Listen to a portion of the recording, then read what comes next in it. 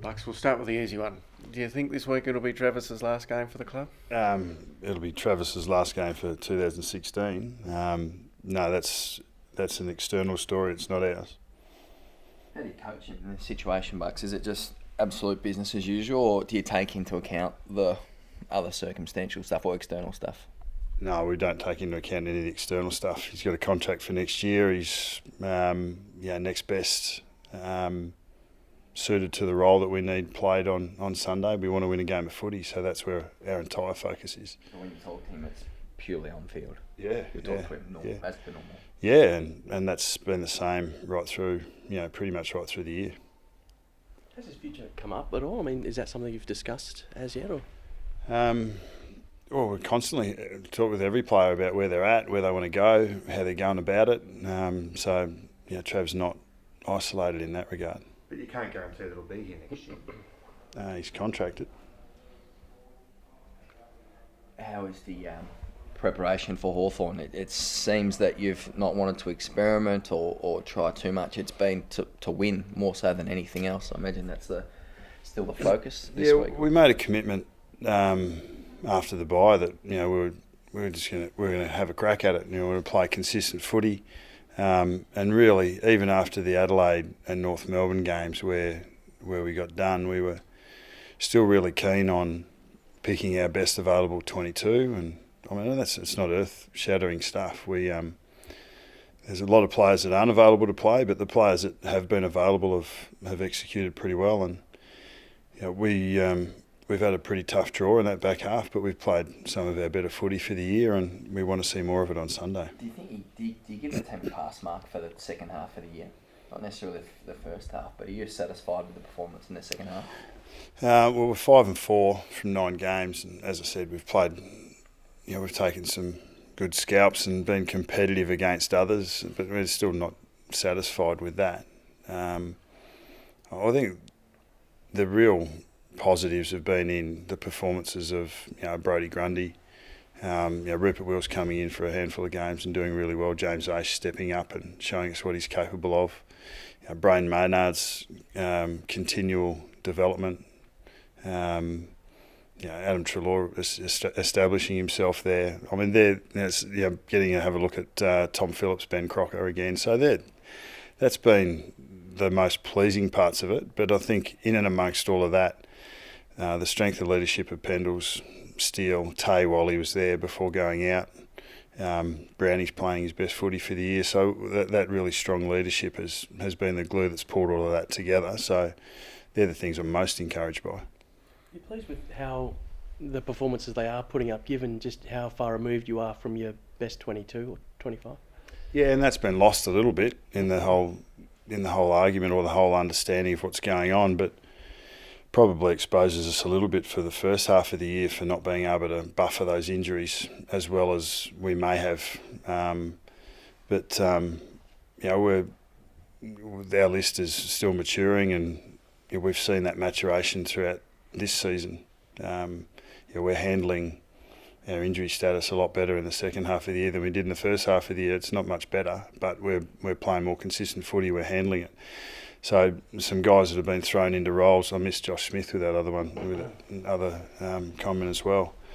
Guys have been thrown into roles. They're actually now got 6, 8, 10 games under their belt.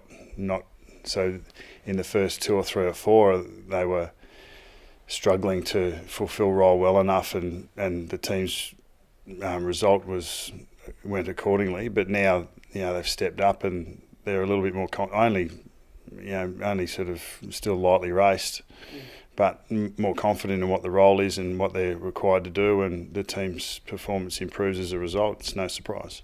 You've had a changing of the guard this week, obviously, with Swanee retiring and a couple of other premiership players moving on next year. Will there be more? Look, list management, as you can see from the last 24 hours, is a pretty tough gig. It's multifaceted. There's plenty that has to go on. It's probably the hardest part of what a club has to do. Saying goodbye to Swanee and having those 3 retirements, Swanee, Caff and Twos, ended up being a great celebration for us because of the commitment that they'd given the club and what they'd provided for the club. So it doesn't always need to be adversarial, but I think the club and the decisions that you make on players, especially players that have given great service, is a very difficult one. How well the retirements went or seemed to go from an external point of view speak of the culture, team fabric at the moment.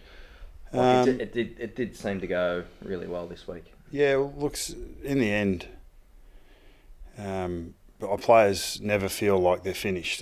Like the conversations I had with Swanee for the last couple of weeks were really open. We want you to go on, mate, and there'll be a big part of you that thinks that you can still play, but you've got to sit down with yourself and work that out and assess what you think your foot's going to look like. So I can only sort of recall personally how that felt at the end of my career, and when I was cast and done, I still was trying to find someone who would tell me that I should still go on. We'll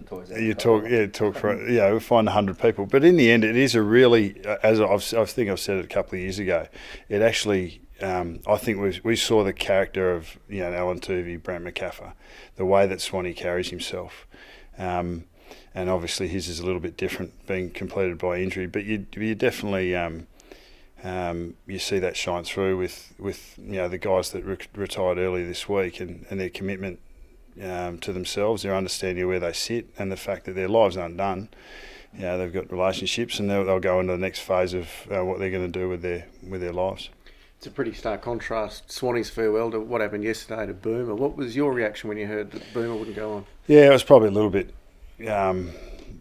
as we said before. It's looking from the outside in. It's really tough to have any understanding of the intricacies of that decision. I know how tough our list management decisions can be at times, and only North Melbourne would know exactly how that comes about. But so I'm not judging. You just know that it's an incredible, difficult situation for all people to be in, and it's inevitable because everyone has their end as a footballer at some point. So Boomer's available. Any interest? I suppose they're list management decisions that we look at. We never say no to anything, but we're regenerating. We're looking to. We're looking for long-term decisions, even though you want to make every post a winner. We're sort of still looking to adding to a long-term perspective on our ability to be successful for a period, not just for a year. If you were in that premiership window and thought maybe you had 1-2 years to try and pinch a premiership, would you consider someone like Boomer? I think you're always. There's the short-term options, and the free agency is now available to clubs and to players. So often there might be 28, 29, 30-year-olds that are around that, or players that you think could contribute to you. I mean, you saw GWS with Steve Johnson, whether that was a 1-year player or a 2-year play. I think you'd need to be in the window, right, well and truly in the window to do that. But it's definitely something that clubs have used at other times. Bucks, can you give us an update on Josh Thomas and Lockie Keith? How they're tracking, how much you've had to do with them, and their plans for next year? Yeah, I spoke to them last night actually, and they're tracking well. They've sort of been away overseas the last sort of 4 or 5 weeks, and believe that they've been sort of staying in decent physical shape. Clearly, we don't get access to them until early December, I think, when they're back. But for them now, I mean, you can only imagine the emotions that they've been through over the last couple of years, and the fact that that's sort of coming towards a close, where they get their opportunity to come back and prove themselves at AFL level again. I mean, there's still a lot of work for them to do, and we're looking forward to doing that. But in themselves, they seem to be in good spirits. There's no guarantees about their spot on the list for next year, or? Yeah, absolutely. Yeah, no, they'll remain as rookies, and they'll come on and have the opportunity to prove through their training the capacity to come up onto the senior list, and that was the commitment we made to them a couple of years ago, and we stick to that, and hope that we're bringing in a couple of players that have played senior footy that can use that experience to assist us, from 17 onwards. Bucks, just getting back to the Hawks game, how much do you look at the tape? Thanks for that. That's good. How much do you look at the tape from the Eagles game? I mean, the Hawks were pretty well beaten in the clearances. The big forwards of the Eagles really sort of exposed the back line. They've lost Segler, obviously, this week. Are they specific things you are going to target when you go out there? Oh, look, Hawthorn, they're very good in transition. They defend turnover really well, and their ball use and their ability to attack is still second to none if you look at the numbers. There's been a bit of focus on their contests, but I think that's you've still got to make that happen. They were well beaten last week, and the Eagles have done that to a number of teams that have gone over there. So they're a different kettle of fish on the MCG. We understand that. We're coming up against a side that have got a lot of pride, that have had a lot of success, that have had the wood on us over 4 or 5 year period now. And they've had a wood on quite a few sides in that same time because they've been an exceptional football side. We still see them as an exceptional football side, and one that we are looking forward to testing ourselves against. Will Mason Cox come in? Unlikely. We've enjoyed that smaller forward setup, and there's obvious advantages that we get from it, and there's challenges as well. But Clarkie coming to replace Darcy at this stage, and we would consider it if it was a pristine day, and we thought we could control the air. But at this stage, we're probably likely to go with a similar setup. Just one on Darcy Moore. Do you need to consider perhaps something a bit more exotic, a la Ben Reid, in terms of managing those hamstrings? Yeah, well, we've had our soft tissue record this year has been pretty good. We've had 2 occurrences with Varks and Darcy, but we really pushed us to get him up. I reckon our program has been really strong for those guys. A bloke like Reedy, who'd had quite a few up to this year, and he's been working with our guys in here, and Darcy's been working with the same people. So you understand, he's still a 20-year-old kid, still growing into his own body, and you're balancing that up. You get feedback along the way as he's still growing, still trying to maintain that strength in the running gait, and in particular in the core.